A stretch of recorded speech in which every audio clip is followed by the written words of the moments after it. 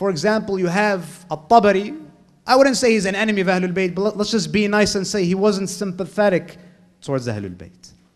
He reports, At-Tabari reports, a Sunni historian, a Sunni commentator of the Holy Quran, and a man who narrated many ahadith. He says that when Khadija was pregnant with Fatima, she was in the city of Mecca. She was about to deliver and she asked assistance from the Qurayshi women. They all rejected to offer her any assistance. Why? Because she was a wealthy woman and she married Muhammad ibn Abdullah, who was a poor man. They wanted her to marry the aristocrats of Arabia. She married Muhammad ibn Abdullah and they refused her. At-Tabari says she turned to Allah and said, "Oh my Lord, all the people have turned away from me. Please help me deliver this child." At-Tabari says, as soon as she made that prayer, 4 women enter the house. And Khadija reports that words cannot describe the beauty and the brilliance of these women. The first introduces herself saying that I am the wife of Adam, Hawa. I am Eve. The second says, I am Asiya bint Muzahim. I am the wife of Pharaoh, the daughter of Muzahim. The third says, I am Kulthum, the sister of Musa. The fourth says, I am Maryam, the daughter of Imran. Allah has sent us to you to help you deliver Sayyidat Nisa al-Alameen.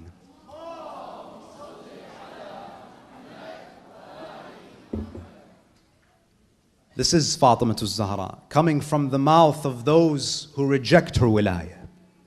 Tonight I'd like to examine briefly 3 important questions. Number 1, what is the status of Lady Fatima alayhi salam? Number 2, what is our duty towards the Holy Lady of Light? Number 3, what practical lessons can we derive from her life? The Holy Quran, brothers and sisters, emphasizes in many verses the importance of a hujjah. Allah always says in the Holy Quran that the human being always needs a hujjah. And by hujjah I mean that Allah sends to mankind an entity, a human being that is the embodiment of truth and perfection that directs mankind to Allah. The human being is always in need of the living example. This entity is given the label of Hujjah. We go to Surah An-Nisa, verse 163. Allah subhanahu wa ta'ala says to the Prophet, "Inna awhayna ilayk, kama awhayna ila Nuh wa nabiyyin min ba'di." Ya Rasulullah, we have communicated with you, we've revealed to you, but you're not the only one who we've revealed to. We've spoken and we've revealed to Nuh and numerous prophets after him. وَأَوْحَيْنَا إِلَىٰ إِبْرَاهِيمَ وَإِسْمَاعِيلَ وَإِسْحَاقَ وَيَعْقُوبَ وَالْأَسْبَاطِ وَعِيسَى وَأَيُّوبَ وَهَارُونَ وَسُلَيْمَانَ وَآتَيْنَا دَاوُودَ زَبُورًا. Allah gives a long list of prophets. He's saying that I spoke and I communicated to all of them. The Quran in the next verse says, Allah subhanahu wa ta'ala says, وَرُسُلًا قَدْ قَصَصْنَاهُمْ عَلَيْكَ مِنْ قَبْلِ. We informed you of the lives of some of the prophets. 20 to 25, we gave you information about their lives. وَرُسُلًا لَمْ نَقْصُصْهُمْ عَلَيْكَ. But there were many prophets who came before you that we haven't informed you about. وَكَلَّمَ اللَّهُ مُوسَى تَكْلِيمًا. Allah spoke to Musa alayhi salam directly. In the next verse, Allah tells you why He sent all these prophets.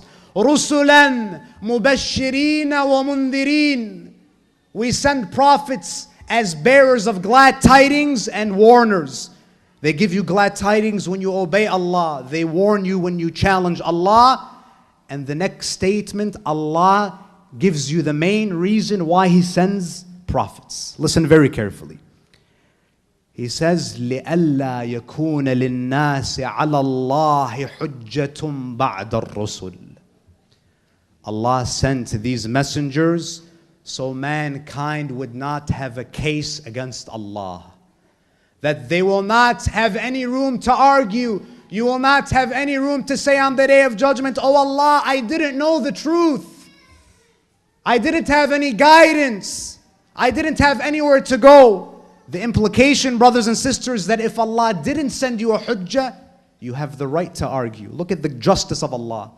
So Allah tells you, you have no room to argue because I gave you the best of the best of the best. I gave you Muhammad wa ali Muhammad.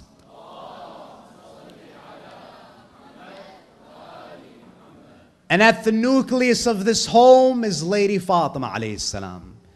The bridge between Nubuwwah and Imamah. The womb that carried the 11 infallibles of Ahlul Bayt alayhi salam. Rasulullah sallallahu alayhi wa alihi on numerous occasions throughout his life, he says, I leave behind you two weighty things. If you follow it, you will never go astray. The book of Allah, the Quran, and my Ahlul Bayt. Rasulullah sallallahu alayhi wa alihi, he speaks about the greatness and the power of the Holy Quran. He says, Inna hadha al-Quran huwa hablullah. This Holy Quran is the rope of Allah. وَهُوَ النُّورُ الْمُبِينُ. And it is the evident light. وَالشِّفَاءُ النَّافِعُ. It is the beneficial healing. فَقْرَؤُوهُ. Read it. Don't just hang it up on your rear view mirrors. Don't put it on your shelf so it accumulates dust. Because Allah gives us a glimpse of what will happen on the Day of Judgment. He gives us a glimpse into a statement that Rasulullah will make about this Quran on the Day of Judgment. You know what it is? It's really shameful if you think about it. The Quran quotes the Prophet on the Day of Judgment. All of mankind will hear this. Rasulullah says in the Holy Quran, وَقَالَ الرَّسُولُ. Allah says, the Prophet, Rasulullah, will say on the Day of Judgment, يا رب إن قوم اتخذوا هذا القرآن مهجورا. Oh Allah, my community took this Quran as nonsense. They didn't respect it and give it the value that it deserved. فَقْرَؤُوهُ. Read it. فَإِنَّ اللَّهَ عَزَّ وَجَلَّ يُؤْجِرُكُمْ عَلَىٰ قِرَاءَتِهِ. Allah will reward you handsomely for its recitation. لِكُلِّ حَرْفٍ عَشْرَ حَسَنَاتٍ. For every letter that you recite from it, you will be given 10 rewards, 10 hasanat. In the same way, this Quran is the rope of Allah.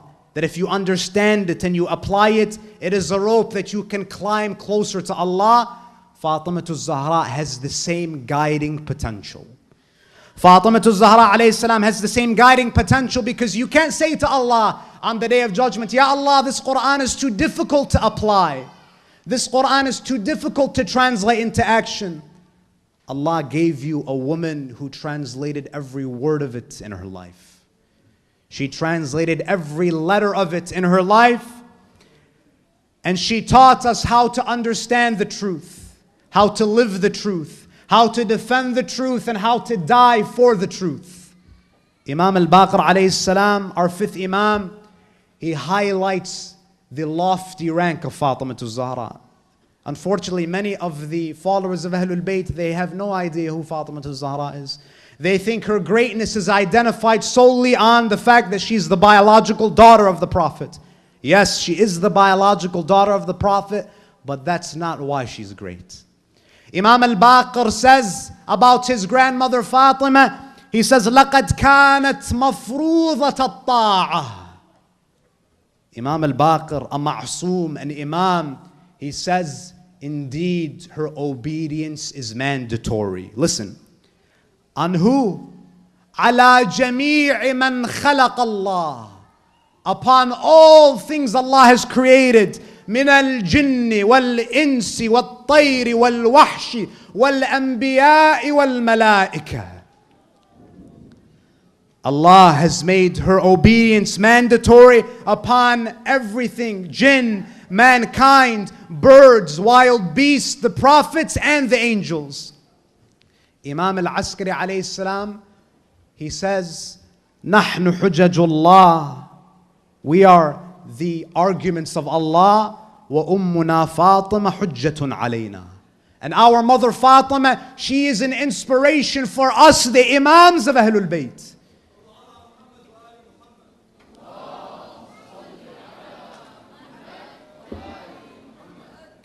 Now the question is, how did she achieve such a high rank?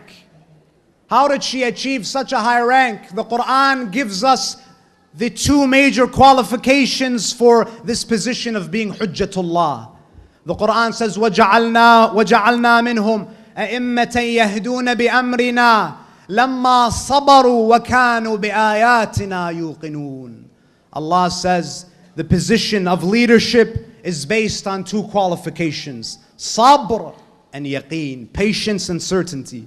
The question is, what did Fatima Zahra achieve in the world of patience and certainty? In the world of patience, brothers and sisters, and by patience, I don't just mean patience in the face of affliction. Patience is the ability to control the animalistic nafs and place it under the jurisdiction of your intellect.